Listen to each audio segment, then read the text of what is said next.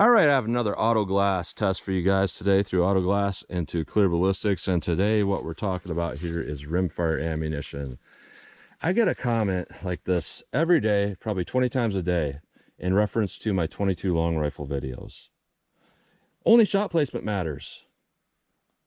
Also worded as, it's all about shot placement. And I always come back with comments and saying, you know, maybe you should think about other things that come into play, like possible hard barriers. And that includes bones, and, and stuff like that. And I think what a lot of people are not aware of is that, typical defensive bullets are jacketed. Either they're jacketed hollow point or they're full metal jacket. And what that is a thin layer of real copper going all the way around that bullet. 9mm has it, every other caliber has it, even 22 Magnum has that. But 22 long rifle is a healed bullet. It's not smaller than the case. It uses either a pure lead bullet or very, very soft alloy, or at best, it's copper washed, which is not even really a plating. So that can really affect its performance. And when you say shot placement is everything, well, if you make a shot, if you have anything hard, including bones, that bullet could deform significantly greater than what your jacketed bullets can do. So you might make what you think is a good shot, but on the other side, is that bullet going to be so mangled that it's not necessarily going to work very well. So that's what I want to put to the test today. So I'm going to test against a proven round, our Spear Gold Dot 124 grain plus P. This comes out of a 4-inch barrel at about 1,200 feet per second, about 400 foot-pounds energy. Very good overall. Now I'm going to compare that to our 22 Magnum. This is our critical defense 45 grain. That's what I had the most of right now to work with. It's a really good handgun round. I got 1,225 feet per second out of this 3-inch revolver, Ruger LCRX, which is 150 foot-pounds energy. Now, I brought out what I think is probably the best round for getting through that glass, and that's going to be a copper wash solid. This is our CCI Mini Mag Target 40 grain, 936 feet per second, 78 foot-pounds out of this particular pistol here. So, we're going to see how rimfire compares to something that's a little bit better when we go through our auto glass. So what I'm going to do for this test here is I'm just going to go into plain clear ballistics, no denim or anything like that. We'll see what the best potential is of those bullets, and then we'll put on this auto glass, and we'll just go through auto glass into plain clear ballistics, see if there's a difference there. So it's going to be a really simple test, pretty short test. Let's see what we get. All right, 9mm. It used to be years ago that 357 mag was our benchmark, but 9mm seems to be our benchmark. Other cartridges are judged by and compared to nowadays. So Spear Gold Dot 124 grain plus P, plain clear ballistics. Let's see what we get here. All right, now let's try our 22 mag here. See how that does.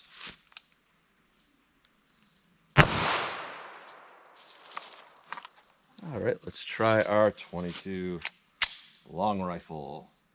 We'll take a look.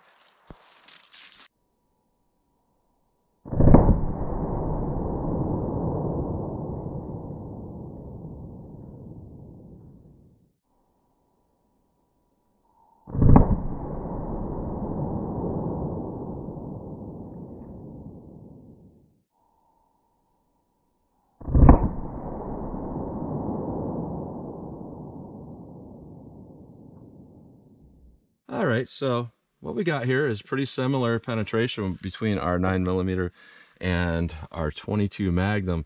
Obviously a little bit more damage in there with our 9mm, but I am actually surprised at how much damage there is with the 22 mag, and in fact the 22 long rifle did a lot of damage too. What we have for our 9mm is a penetration right there at about 14¼ inches. We're at about 14.5 with our 22 mag. Our 22 long rifle, that potentially tumbled there because there's a good amount of damage. And this is really our average here, right there about 10 inches. That's normally what we see with 22 long rifle. If you take all of them, combine them and make an average, that's kind of what I see. So that's why I wanted to use that round. So let's hit this with our windshield and we'll see how that compares. All right, 9mm, this is really our benchmark round. Going through auto glass, Spear Gold Dot. Let's see what we get here. Let me try something else now. 22 Magnum. Now this is where things can change, because this is actually a 45 grain. And even though it's a 45 grain, you know, you're losing some mass there, which can kind of change the momentum. So I'm really curious what a 22 mag will do to autoglass. See what we get here. Ooh, a big hole through it. All right, 22 long rifle, and this is stuff I hear all the time. I actually had a guy yesterday tell me that it's all about shot placement. He went on and on and on with all these stories of accidental shootings, people accidentally shot in their face, but then he also said that somebody was shot through the windshield, very easily just stopped the threat with a 22 long rifle. That made me skeptical. So let's see what we get here. Auto glass, 22 long rifle. So take a look.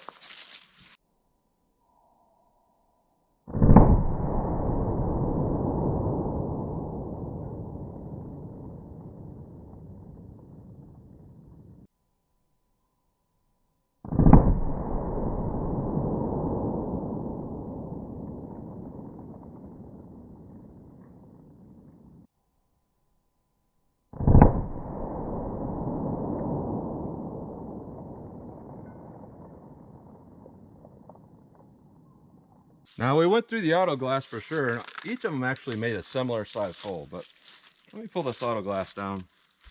We get more light to look at this here. So what we got with our 9mm, we got really good performance. And you know, it looks like we still got some expansion. We had some glass and whatnot coming in here. It looks like some of the lead might be busted up and parts of that auto glass, and it impacted with a ton of damage. And we went all the way up here ripping damage. It looks like we're still expanded. What we got here is right there at about 13 inches of penetration. So our Spear Gold Dot is not a bad round at all.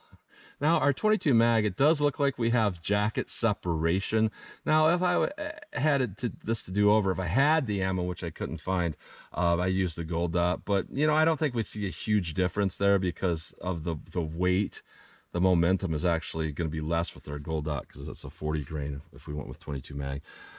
In a Gold Dot. This is a 45. We got more momentum. It shed its jacket, but you know, this is still the depth you're gonna see typically with something like this. We're right there at about 7 3/4 to 8 inches. Now when we look at our 22 long rifle, this is where everything has changed. In fact, I see a little piece here. I'm going to try to be careful. There's glass all over it. There's actually pieces of lead right there that busted off. It shut it off from that bullet there. And then we went to we did not exit this 3-inch piece here. So my point on that is, you know, if that's your average 22 long rifle, that's actually built better than a lot of them. You know, how can you reliably say that if, you know, it's only shot placement? Let's say you had to, you know, make a shot through auto glass. And this is a reason why cops don't carry 22 long rifle. That's part of the reason. So let's take a closer look at these bullets now. All right, so here's a look at these bullets when they just go into plain gel. Fantastic performance with our Spear Gold Dot. Huge amount of expansion. Looks really good. Our 22 Magnum, you know, that's a critical defense. That looks really good for a 22 Magnum. Yes, 22 Magnum. If I had to measure that, that would be pretty far up there. Probably that center part of that core there is going to be about as big as, almost as big as a 9mm bullet, a little bit bigger with this little piece hanging here.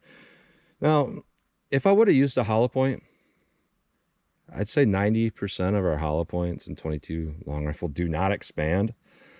So I wanted to use a solid point to get as much momentum through as possible and to get as close to adequate penetration as possible.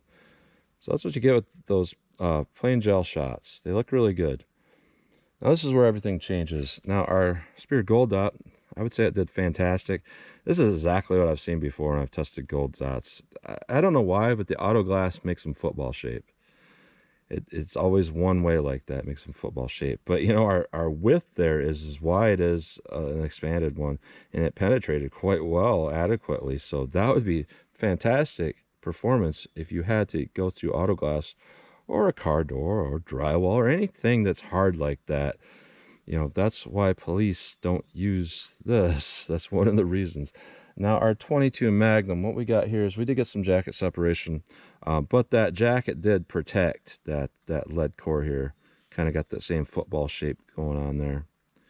And we had relatively adequate penetration. If you made a front-on shot after going through that glass, you know, I think we were at like, what, 8 inches. That's actually enough if you're not going through an arm. That's 4 inches in a human body, roughly. So I would say that's not bad at all. That jacket really protected that core.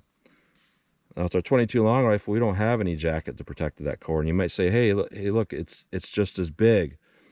But you have to understand, we got sub 3 inches of penetration. Sub 3 inches of penetration is roughly maybe about 1.25 inches into a human body, which is barely into the skin. Plus, you know, that low weight there going like that, angled, pancaked out like that, even if it hit a skull through that auto glass, it is not going through. It would be, in my opinion, extraordinarily rare for something like this to come through auto glass and then kill somebody. I mean, there's always examples of stuff like that. You know, somebody will pull up some weird example of how something like that happened. But on average, it would be very odd to see that actually be lethal. Unless it, you know, and the people that are going to bring up the stories, it probably went through their eye or something. But, you know, if you hit a person with normal bone structure, it would probably glance off their skull. So this is my point here. Shot placement isn't necessarily everything. There's other things to take into consideration. Shot placement is important. It's one of the more important things. But I just wish people would stop saying it's everything. It is certainly not everything. It's important. But if you don't pick a caliber that's adequate, you're kind of asking for trouble. So I just wanted to share my opinions on this and do this test here and show, you know, you're really not going to want that where you get that 3 inches of penetration on the other side of something hard. And like I said before, even bones can kind of have that similar effect. Let's say shot placement, I mean, it's everything. It goes through a pectoral muscle. Now you hit a rib or a sternum on a person that's has a very strong bone structure. Everybody's got different bone structures, but let's say somebody has an extraordinarily dense bone structure. That's going to hit that. It's not going to hit in the same spot behind that. It's going to deflect. So even though this probably would do fine most of the time, there's just things to take into consideration. So that's what you get today. So as always, comment, share, and like, and thanks for watching.